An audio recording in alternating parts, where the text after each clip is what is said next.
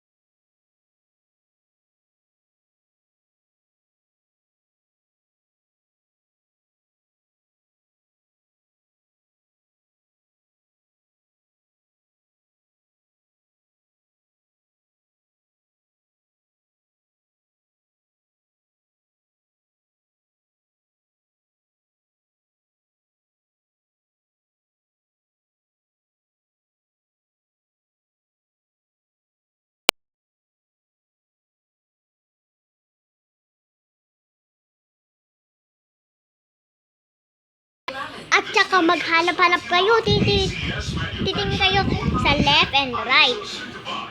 Step 2. Kapag meron na kayong nahanap na kahoy, paluin ninyo yung lalaki.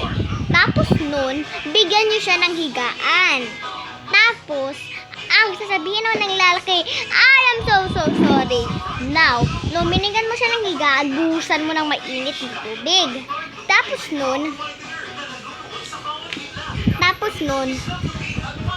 maghingi ka ng tulong sa anak mo o sa kapatid mo. Now, the end! Bye guys! Mwah!